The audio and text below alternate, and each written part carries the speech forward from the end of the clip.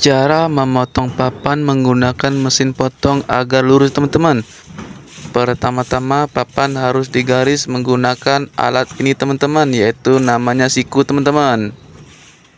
Setelah digaris, maka kita paskan dengan alat pemotong ini, teman-teman. Di bagian depannya ada ukurannya, teman-teman. Langsung saja kita luruskan seperti ini, teman-teman. Setelah lurus, maka langsung saja kita potong, teman-teman.